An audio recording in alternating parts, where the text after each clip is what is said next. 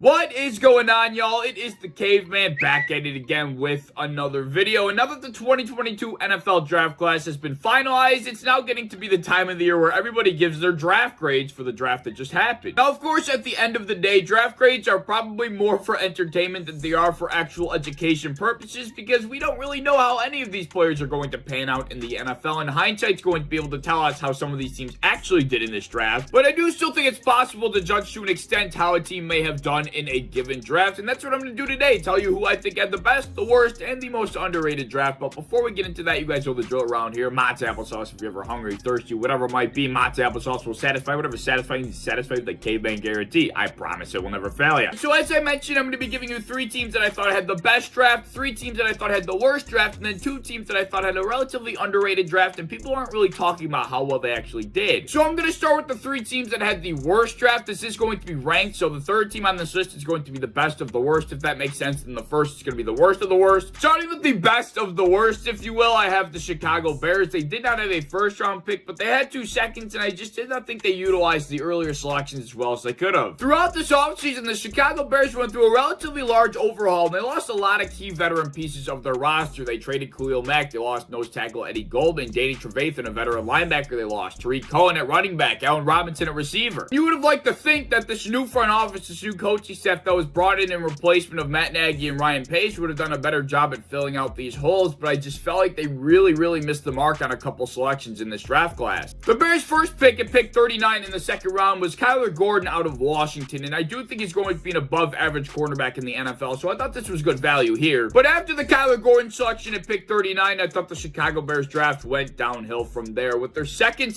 round pick, they used that to take safety Jaquan Brisker out of Penn State, and although safety was a need, I thought this could have been utilized a lot better. I thought this pick should have been utilized toward the pass catching / skill position group for the Chicago Bears offense. I mean, if I'm a defensive coordinator looking at the Bears offense, I'm not really too intimidated by the weaponry surrounding Justin Fields. This selection, I thought they should have went wide receiver. They lost Allen Robinson. They needed somebody to fill that hole, and I thought Sky Moore would have been the perfect selection here for the Chicago Bears. He went to the Kansas City Chiefs just 6 picks later, and this forced them in round 3 to be reaching on Velus Jones Jr., wide receiver out of Tennessee. I did not think this was a good selection for the value he was taken at. And then their next selection didn't come until the 5th round, where they took Braxton Jones, offensive tackle out of Southern Utah. And I think for Justin Fields, who was running for his life last year, definitely could have used a little bit more help in this category earlier in this draft. Then after their 5th round pick, they had 6 selections between the 6th and 7th round, which you can only hope and pray make your roster. And I thought they could have bundled a couple of these picks up to move back into the 5th or maybe 4th round, but they didn't. They stuck with those guys that are probably just going to end up getting cut anyways. For a team that just got a brand spanking new front office, I thought they kind of missed their first draft class for sure, and they only had a couple premium selections, 3 in the first 3 rounds, and I thought they went 1 for 3. Kyler Gordon being the only hit, they could have utilized a lot of these picks better. Still coming in second on the worst draft class list, I have the Jacksonville Jaguars. I'm not sure if this is a hot take or not, but I thought they had a lot of premium selections and did not utilize them as well as they could have. As we all saw, the Jacksonville Jaguars had the first overall selection, in which they used to take Georgia pass rusher Trayvon Walker, and I really wasn't sure what their hard-on was about this guy. I do think he's got a high ceiling to be great in this league, but I thought Aiden Hutchinson was the unanimous first overall pick here. I do hope this ends up playing out for them, but I thought Aiden Hutchinson was just much more pro-ready. He was the safer selection here. I don't know why, all the way up to the draft, they made it so obvious that Trayvon Walker was their pick. They wanted Trayvon Walker. I was not understanding their infatuation with this player. Their next pick, they did end up taking Devin Lloyd. I did not mind this selection at all. I thought it was okay, but I think their best selection came at round 3 when they took Chad Muma out of Wyoming. I thought this was the best value that they got in the entire draft. I know this might be slightly disagreeable, but I'm no expert and I'm not sure where it could have been done, but I thought the Jacksonville Jaguars should have been taking a wide receiver in this extremely deep draft class. I mean, they did sign Christian Kirk to that massive deal, but I mean, they have a bunch of veterans, and I think it would be extremely beneficial for Trevor Lawrence's development to have a young wide receiver growing up right next to him. Instead, you have a bunch of bum-ass bridge wide receivers. You got Christian Kirk, who you overpaid, Zay Jones, you brought in Evan Ingram, Marvin Jones. I mean, don't you want to have that young stud in that offensive wide receiving core for him? And I just don't understand their mindset with bringing in all these bridge players. Another very questionable selection was their 5th round pick, being a running back, Snoop Connor out of Ole Miss. You got James Robinson, you just drafted Travis Etienne last year. I mean, who knows what they're doing here?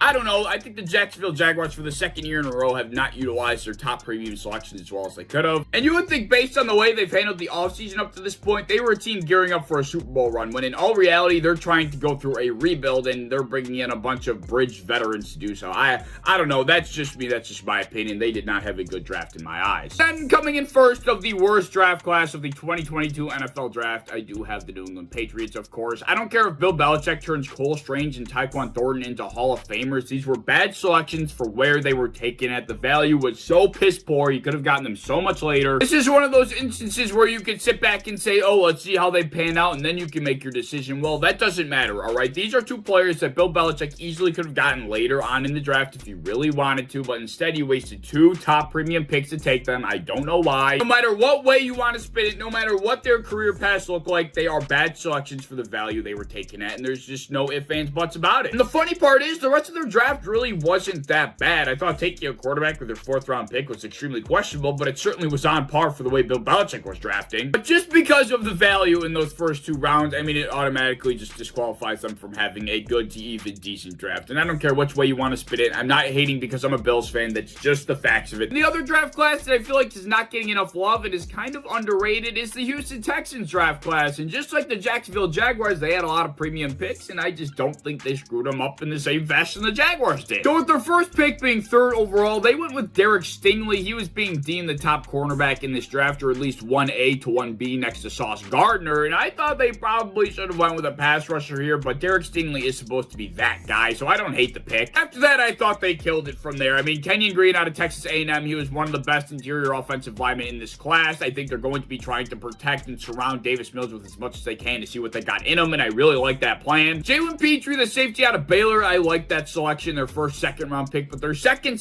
round pick was my favorite for the Houston Texans. That was John Mechie III, the receiver out of Alabama. I, for one, think Davis Mills could be starting caliber in this league, and I'm glad the Houston Texans seem to think so based on how he finished last year. Christian Harris, the linebacker out of Alabama, I like that selection at pick 75, and they got Dameon Pierce, the running back out of Florida, in the 4th round. I like that as well. They got their ground game for the next couple of years. I mean, there's just not really a lot to hate about the Houston Texans draft, if we're being completely honest, and I do think they're not getting enough love for the draft class that they did have, and I think the rebuild is kind of going kind of well. Now, finally, for the icing on the cake, the 3 teams that I thought had the best draft. Starting at number 3, I have the Philadelphia Eagles. I mean, all of these are going to be pretty self-explanatory. I think defensive tackle Jordan Davis out of Georgia at pick 13 was just so solid. This dude is supposedly one of the most athletic defensive tackles that we've seen in a minute. Then, of course, they traded their other 1st round pick to get wide receiver A.J. Brown. Why bother drafting a receiver that you hope turns into A.J. Brown when you can go out and get A.J. Brown yourself? I love this move for the Eagles. In a conference and a division in itself that's very weak, they have a very good chance to go and take it now. And for their 2nd round pick, they got center Cam Jurgens out of Nebraska. Jason Kelsey can't play forever, so this is a good potential replacement. And then in the 3rd round at pick 83, they got Nakobe Dean. I know he's got a lot of medical red flags, but for the value they got him at, this is my favorite pick by a mile. So the Eagles, even though having a very limited amount of picks, they had 5 picks in the entire draft. I thought they utilized them as best as they could have, and I really like the draft by the Philadelphia Eagles, so they make my best draft class list. Coming in 2nd of the best draft class list, I do have the New York Jets. I know a lot of people might have them at number 1, and that's completely fine. I don't hate that opinion. I just think the team I have above them had a little bit more of a perfect draft, but I mean, the Jets had a great draft themselves, of course. They got Sauce Gardner at number 4, wide receiver Garrett Wilson at number 10, then they traded up to grab Jermaine Johnson at 26. I love that move. I don't know how that guy fell as far as he did. And obviously, they got Breece Hall in the 2nd as well, and then I really like the Jeremy Rucker pick, the tight end out of Ohio State. I think that's an underrated selection for the New York Jets, but I mean, this really, it could not have gotten any better for the New York Jets in this draft class. It was one hell of a trip for them. Now, coming in first for the best draft class of the 2022 NFL Draft that slightly beats out the New York Jets, I have the Baltimore Ravens. They not only knocked this ball out of the park, they knocked it out of the zip code. I mean, this draft was just absolutely stunning in my opinion. You got Kyle Hamilton, and he was supposedly the best prospect in this draft, or at least one of the best at pick 14. Hard to beat that kind of value. They're able to continuously move back to 25, where they got center Tyler Linderbaum, who is supposedly one of the best centers in this entire draft, or at least one of the best interior offensive linemen at that. I thought the David Ojabo pick was very good value for that selection as well. Travis Jones in round 3, I thought that was a fantastic pick. But a draft pick by the Ravens that I think is flying under the radar was cornerback Jalen Armour-Davis out of Alabama. That was just one of their very solid 6 4th round picks. They had 6